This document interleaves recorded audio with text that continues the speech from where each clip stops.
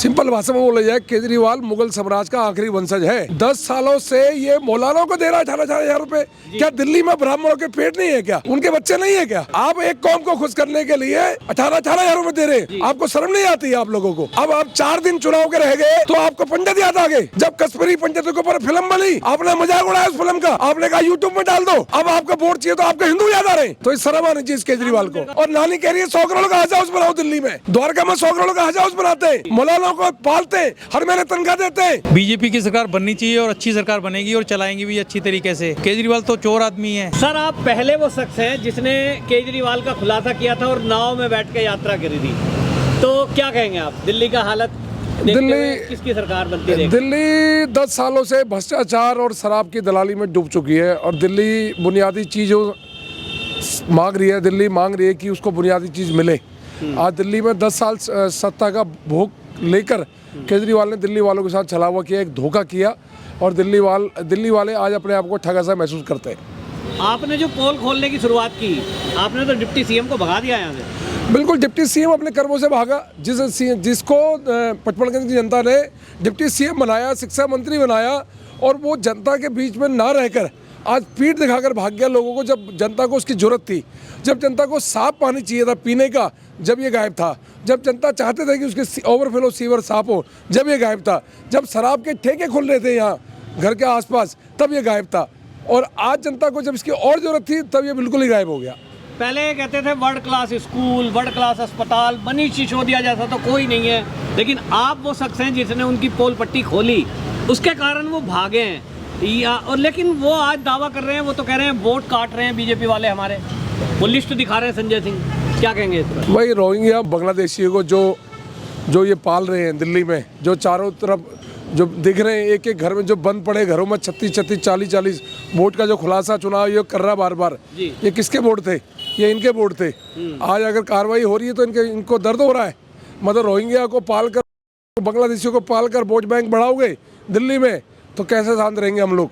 तो और बाकी रही सिसोदिया जी की, अगर दिल्ली में शिक्षा मॉडल बनाया, स्वास्थ्य मॉडल बनाया, तो क्यों 3000 वोट से जीते? क्यों आप भाग गए? अगर काम किया होता तो दोबारा खड़े होते ना, तीसरी बार चौथी बार, क्यों भाग गए?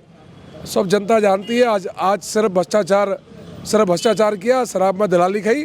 जब लोगों को कोरोना काल में भोजन चाहिए था, जब शराब की दलाली खा रहे थे। हम तो काम कर देते, लेकिन बीजेपी नहीं करने दे रही, हमें फर्जी मुद्दों में जेल में डाल दिया। तो एक बार बताओ, जब बीजेपी तुम्हें काम करने नहीं देती तो क्यों कह रहे हो केजरीवाल आएगा फिर सत्ता फिर काम करेगा? तो जब काम ही नहीं करने दे रही बीजेपी, तो तुम्हें सत्ता में लाई क्यों? जो काम कर रही है बीजेपी उसको लाएंगे ना सत्ता में जी। तो ये सोचने का विषय है। अभी उन्होंने एक नई घोषणा कर दी है, महिलाओं की जो 2100 की घोषणा थी, उसके बाद पंडितों को 18,000 रुपये दूंगा, जबकि वो पिछले 11 साल से मौलानाओं को सैलरी दे रहे थे। क्या इसका हिंदुओं पे असर पड़ेगा?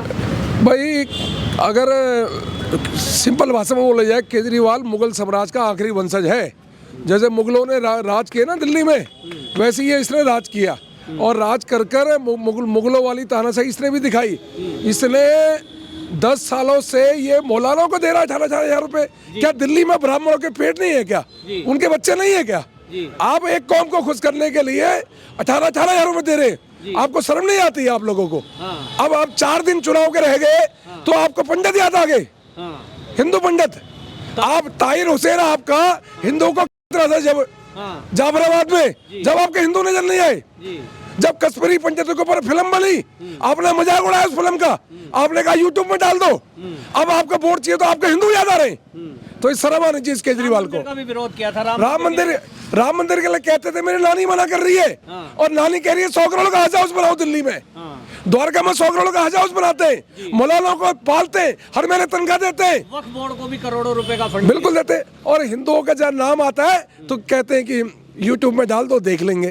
तो ये क्या है? ये हिंदुओं पे इसका असर नहीं पड़ने वाला है जो चुनावी। बिल्कुल जी। 2100 रुपए, जो अगर 2100 रुपए आपने देने थे, तो आपने जो 2 साल पहले पंजाब में जो आपने वादा किया 1000 रुपए, आप क्यों नहीं दे रहे? आपने लोकसभा में फॉर्म भरवाया 1000 रुपए का, तो आपने क्यों नहीं दिया अभी तक? सिर्फ चुनावी जुमला है, झूठ बोलना।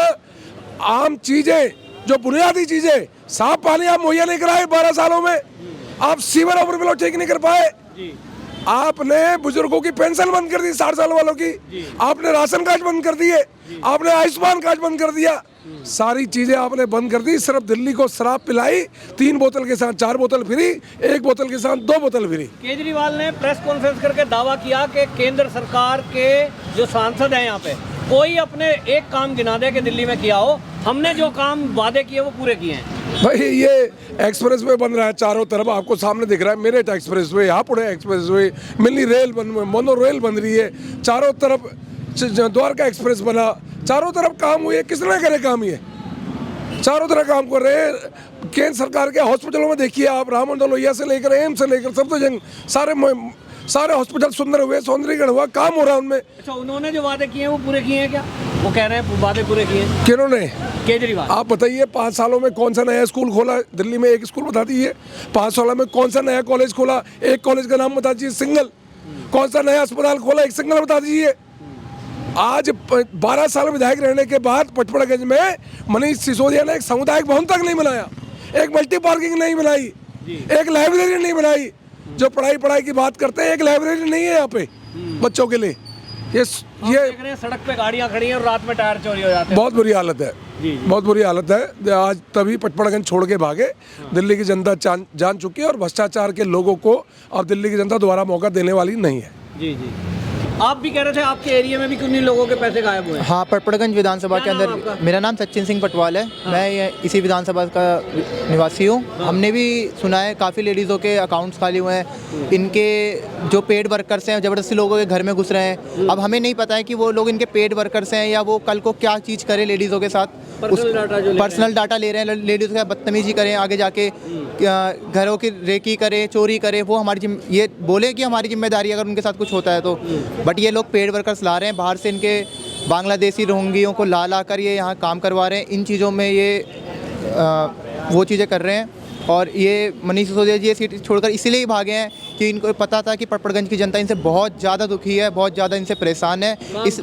बिल्कुल काम नहीं किया इन्होंने।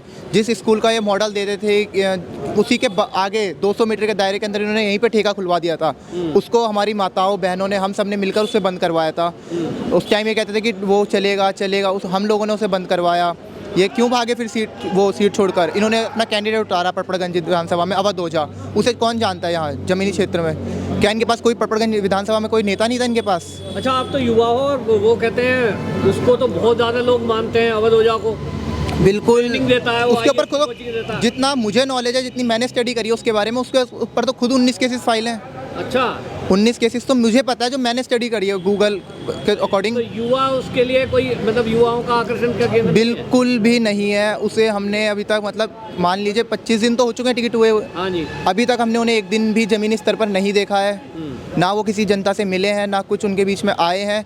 यूट्यूब पे मीडिया चलाने में कोई वो बड़ी बात नहीं है। यूट्यूब का मीडियम चलाना कोई बड़ी बात नहीं है। केजरीवाल भगवान है, भगवान कहा उनके लिए होंगे भगवान ना। जनता से पूछिए ना, अगर जनता के बीच में आइए ना, अवध ओझा आए जनता के बीच में, जनता जवाब देगी ना उनको। क्यों भागे फिर मनीष सिसोदिया यहाँ से? हाँ। इतने अच्छे भगवान थे उनके, वो भगवान थे तो आते जनता के बीच में, क्यों भागे यहाँ से सीट छोड़कर? वो सिर्फ जनता को पागल बनाने का काम कर रहे हैं। उनके बस की अब कुछ नहीं है। अब दिल्ली की जनता ने ठान लिया है इस बार सरकार बदलनी है और इस बार भाजपा सरकार को मौका मिलेगा। ठीक। सर, क्या नाम आपका? मुनीश अग्रवाल। क्या कहेंगे केजरीवाल की सरकार या भारतीय जनता पार्टी की, किसकी सरकार बनती देख रहे हैं? बीजेपी की सरकार बननी चाहिए और अच्छी सरकार बनेगी और चलाएंगे भी अच्छी तरीके से। केजरीवाल तो चोर आदमी है। वो तो इलेक्शन के टाइम में कुछ कहता है, बाद में मुकर जाता है, स्टेटमेंट अलग दे देता है, अखबार में निकाल देता है। नहीं भाई साहब, मैं नहीं कर सकता। घोषणाएं कर रहे हैं हमारी सरकार आ गई तो 2100 रुपये महिलाओं को देंगे। वो तो इसने इलेक्शन जीतने के लिए किया है ना, पहले क्यों नहीं किया उसने? इतने 5 साल से सरकार चल रही है, उसने पहले क्यों नहीं किया? पर उस घोषणा का असर है क्या? वो यकीन कर रही है कि मिल सकते हैं? नहीं, कोई भरोसा नहीं है उनको। केजरीवाल की किसी भी बात पे किसी महिला को कोई भरोसा नहीं है। अच्छा, मक्कार झूठा आदमी है ये। जो केजरीवाल है, उनके सांसद हैं संजय सिंह, वो तो आरोप लगा रहे हैं भाजपा पे, हमारी वोट काट रहे जा रही है जी। और देखो एक बात बताइए, क्या 25 गज के मकान के अंदर 48 वोट हो सकती हैं क्या? वहाँ तो 20 आदमी खड़े नहीं हो सकते, तो 48 वोट कैसे हो जाएंगी वहाँ पर? जी।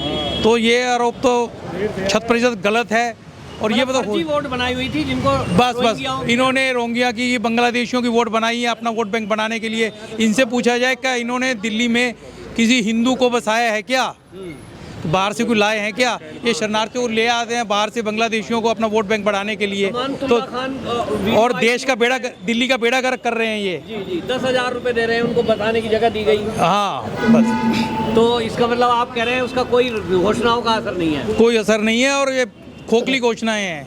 पंडित जी के बारे में आज घोषणा की है उन्होंने कि 18,000 रुपए मंदिर के पंडित को भी हम देंगे। ये भी मुकर जाएंगे वो। कह रहे हैं